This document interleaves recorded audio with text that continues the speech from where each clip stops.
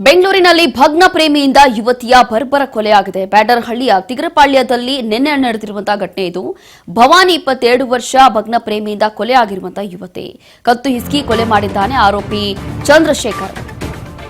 ಹೀಗೆ ಸಿಲಿಕಾನ್ ಸಿಟಿಯಲ್ಲಿ ಮತ್ತೊಂದು ಭಗ್ನ ಪ್ರೇಮಿಯಿಂದ ಯುವತಿಯ ಬರ್ಬರವಾಗಿ ಕೊಲೆಯಾಗಿದೆ. ಬ್ಯಾಡರಹಳ್ಳಿಯ ತಿಗರಪಾಳ್ಯದಲ್ಲಿ ನಡೆದಿರುವಂತಹ ಘಟನೆ ಇದು. ಭವಾನಿ 22 ವರ್ಷ ಭಗ್ನ ಪ್ರೇಮಿಯಿಂದ ಕೊಲೆಯಾಗಿರುವಂತಹ ಯುವತಿ. ಕತ್ತು ಹಿಸ್ಕಿ ಕೊಲೆ ಮಾಡಿರುವಂತಹ ಆರೋಪಿ ಚಂದ್ರಶೇಖರ್ ಅಂತ ಹೇಳಿ ಗೊತ್ತಾಗ್ತಾ ಇದೆ. ಹೀಗೆ ಸಿಲಿಕಾನ್ ಸಿಟಿಯಲ್ಲಿ ಮತ್ತೊಂದು ಭಗ್ನ ಪ್ರೇಮಿಯಿಂದ ಮತ್ತೊಂದು ಕೊಲೆ ಆಗಿದೆ. ಭವಾನಿ 22 ವರ್ಷ ಕೊಲೆ ಆಗಿರುವಂತಹ ಯುವತಿ ಕತ್ತು ಹಿಸ್ಕಿ ರೀತಿಯಾಗಿ ಕೊಲೆ ಮಾಡಿದ್ದಾನೆ ಆರೋಪಿ ಚಂದ್ರಶೇಖರ್ ಅನ್ನುವಂಥದ್ದು ಗೊತ್ತಾಗ್ತಾ ಇದೆ. ಬೆಂಗಳೂರಿನಲ್ಲಿ ಮತ್ತೊಂದು ಬರ್ಬರ ಕೊಲೆ ಇದು. ಬ್ಯಾಡರಹಳ್ಳಿಯ ತಿಗಳರಪಾಳ್ಯದಲ್ಲಿ ನಡೆದಿರುವಂತಹ ಘಟನೆ ಇದು. 22 ವರ್ಷ ಭವಾನಿ ಕೊಲೆ ಆಗಿರುವಂತಹ ಯುವತಿ.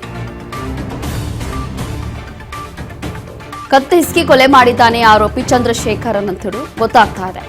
ಹೀಗೆ ಸಿಲಿಕಾನ್ ಸಿಟಿಯಲ್ಲಿ ಮತ್ತೊಂದು ಯುವತಿಯ ಕೊಲೆ ಆಗಿದೆ. ದೃಶ್ಯಗಳಲ್ಲಿ ಗಮನಿಸ್ತಾ ಇದ್ದೀವಿ. ಕತ್ತು ಹಿಸ್ಕಿ ಕೊಲೆ ಮಾಡಿದ್ದಾನೆ ಆರೋಪಿ ಚಂದ್ರಶೇಖರ್ ಅನ್ನೋ ಮಾಹಿತಿ ಸಿಗ್ತಾ ಇದೆ. ಕೇವಲ 22 ವರ್ಷ ಕೊಲೆ ಆಗಿರುವಂತಹ ಯುವತಿ. ಬೆಂಗಳೂರಿನಲ್ಲಿ ಭಗ್ನ ಪ್ರೇಮಿಯಿಂದ ಯುವತಿಯ ಮತ್ತೊಂದು ಬರ್ಬರ ಕೊಲೆ. ಏನ್ ಕಾರಣಕ್ಕೋಸ್ಕರ ಕೊಲೆ ಮಾಡಿದ್ದಾನೆ, ಏನಾಗಿರ್ಬೋದು ಅನ್ನುವಂಥದ್ದು ಕೂಡ ಈಗಲೂ ಕೂಡ ಪ್ರಾಥಮಿಕ ತನಿಖೆ ಆರಂಭ ಆಗಿದೆ. ಯಾವೊಂದು ಕಾರಣಕ್ಕೋಸ್ಕರ ಈ ರೀತಿಯಾಗಿ ಕೊಲೆ ಮಾಡಿದ್ದಾನೆ, ಹತ್ಯೆ ಮಾಡಿದ್ದಾನೆ ಅನ್ನುವಂಥದ್ದು ಕೂಡ ತನಿಖೆ ಈಗ ನಡೀತಾ ಇದೆ. ಬಟ್ ಇಲ್ಲಿ ಕತ್ತು ಹಿಸ್ಕಿ ಕೊಲೆ ಮಾಡಿದ್ದಾನೆ ಅನ್ನುವಂಥದ್ದು ಸಾಬೀತಾಗಿದೆ. ಮೊಬೈಲ್ ಶೋರೂಮ್ನಲ್ಲಿ ಕೆಲಸ ಮಾಡ್ತಾ ಇದ್ದಂತ ಭವಾನಿ ಇದೇ ವೇಳೆ ಚಂದ್ರಶೇಖರ್ ಎಂಬಾತನ ಜೊತೆ ಪರಿಚಯ ಆಗುತ್ತೆ. ಭವಾನಿಗೆ ಬೇರೆ ಮದುವೆ ಮಾಡಲು ಕುಟುಂಬಸ್ಥರು ಮುಂದಾಗಿರ್ತಾರೆ. ಈ ವಿಚಾರ ತಿಳಿದು ಭವಾನಿ ವಾಸವಿದ್ದಂತ ರೂಮ್ಗೆ ಹೋಗಿದ್ದಂತ ಚಂದ್ರಶೇಖರ್ ಭವಾನಿಯ ಕುತ್ತಿಗೆ ಹಿಸುಕಿ ಉಸಿರುಗಟ್ಟಿಸಿ ಕೊಲೆ ಮಾಡಿದ್ದಾನೆ. ಭವಾನಿ ಸಾವನ್ನಪ್ಪಿದ ನಂತರ ವಿಷ ಸೇವಿಸಿ ಆತ್ಮಹತ್ಯೆಗೆ ಯತ್ನಿಸಿದ್ದಾನೆ. ಮನೆಯವರು ಫೋನ್ ಮಾಡಿದಾಗ ರಿಸೀವ್ ಕೂಡ ಮಾಡಿಲ್ಲ ಭವಾನಿ. ತಕ್ಷಣ ಮನೆ ಮಾಲೀಕರಿಗೆ ವಿಷಯವನ್ನ ತಿಳಿಸಿದ್ದಾರೆ ಭವಾನಿಯವರ ಮನೆಯವರು. ಕಾಲ್ ಪಿಕ್ ಮಾಡ್ತಿಲ್ಲ ಅಂತ ಹೇಳಿ ಮನೆಯವರು ಕೂಡ ಗಾಬರಿಯಾಗಿದ್ದಾರೆ. ಕೂಡಲೇ ಆ ಮನೆ ಮಾಲೀಕರಿಗೆ ಕರೆ ಮಾಡಿ ತಿಳಿಸಿದ್ದಾರೆ.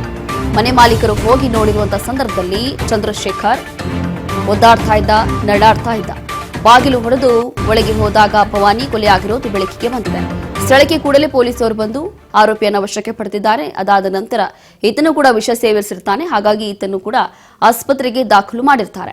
ಹೀಗೆ ಬ್ಯಾಡರಹಳ್ಳಿ ಪೊಲೀಸ್ ಠಾಣೆಯಲ್ಲಿ ಈ ಕುರಿತು ಪ್ರಕರಣ ಕೂಡ ಈಗ ದಾಖಲಾಗಿದೆ ಅನ್ನೋ ಮಾಹಿತಿ ಕೂಡ ಸಿಗ್ತಾ ಇದೆ. ಹೀಗೆ ಈ ಒಂದು ಪ್ರಕರಣದಲ್ಲಿ ಗೊತ್ತಾಗ್ತಾ ಇರುವಂತದ್ದು, ಈಗ ಇಬ್ರು ಕೂಡ ರಿಲೇಶನ್ಶಿಪ್ ಅಲ್ಲಿ ಇದ್ರು. ಅದಾದ ನಂತರ ಯುವತಿಗೆ ಬೇರೆ ಕಡೆ ಮದುವೆ ಮಾಡಬೇಕು ಅಂತ ಹೇಳಿ ಯುವತಿಯ ಕುಟುಂಬಸ್ಥರು ಕೂಡ ನಿರ್ಧಾರ ಮಾಡಿಕೊಂಡಿರ್ತಾರೆ. ಇದೇ ಒಂದು ವಿಚಾರದಿಂದ ಈ ರೀತಿಯಾಗಿ ಹತ್ಯೆ ಮಾಡಿದ್ದಾನೆ ಅನ್ನುವಂಥದ್ದು ಕೂಡ ಗೊತ್ತಾಗ್ತಾ ಇದೆ. ಭವಾನಿಯ ಕುತ್ತಿಗೆ ಹಿಸ್ಕಿ ಅದಾದ ನಂತರ ಈ ರೀತಿಯಾಗಿ ಉಸಿರುಗಟ್ಟಿಸಿ ಕೊಲೆ ಮಾಡಿದ್ದಾನೆ. ಭವಾನಿ ಸಾವನ್ನಪ್ಪಿದ ನಂತರ ಈತ ಕೂಡ ವಿಷ ಸೇವಿಸಿರ್ತಾನೆ. ಅದಾದ ನಂತರ ಅದೇ ಸಂದರ್ಭದಲ್ಲಿ ಭವಾನಿಗೆ ಮನೆಯವರು ಕೂಡ ಕಾಲ್ ಮಾಡಿರ್ತಾರೆ, ಕರೆ ಮಾಡಿರ್ತಾರೆ. ಆದರೆ ಯಾವುದೇ ರೆಸ್ಪಾನ್ಸ್ ಇರೋದ್ರಿಲ್ಲ. ಅದಾದ ನಂತರ ಕೂಡಲೇ ಗಾಬರಿಗೊಂಡಿರುವಂತಹ ಆಕೆಯ ಕುಟುಂಬಸ್ಥರು ಆ ಮನೆ ಮಾಲೀಕರಿಗೂ ಕೂಡ ಕಾಲ್ ಮಾಡಿ ತಿಳಿಸ್ತಾರೆ, ಯಾಕೋ ಕಾಲ್ ಎತ್ತುತ್ತಾ ಇಲ್ಲ ಅಂತ ಹೇಳಿ. ಅದೇ ಟೈಮಲ್ಲಿ ಹೋಗಿ ನೋಡಿರುವಂತಹ ಟೈಮಲ್ಲಿ ಭವಾನಿ ಮೃತಪಟ್ಟಿರ್ತಾಳೆ, ಈತ ವಿಷ ಸೇವಿಸಿರ್ತಾನೆ. ಹಾಗಾಗಿ ಕೂಡಲೇ ಈತನನ್ನು ಕೂಡ ಈಗ ಆಸ್ಪತ್ರೆಗೆ ದಾಖಲಿಸಿ ಚಿಕಿತ್ಸೆ ಕೊಡಲಾಗ್ತಾ ಇದೆ. ಅದಾದ ನಂತರ ಕೂಡಲೇ ಈ ಆರೋಪಿಯನ್ನು ಪೊಲೀಸರು ವಶಕ್ಕೆ ಪಡೆದಿದ್ದಾರೆ.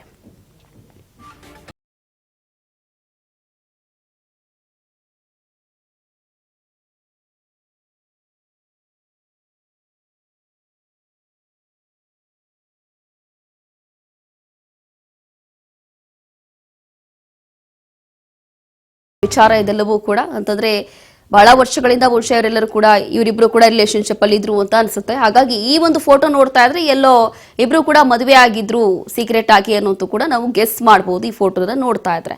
ಹಾಗಾಗಿ ಬಹುಶಃ ಮದುವೆ ಆಗಿತ್ತು, ಅದಾದ ನಂತರ ಈ ರೀತಿಯಾಗಿ ಕೊಲೆ ಆಗಿದೆ.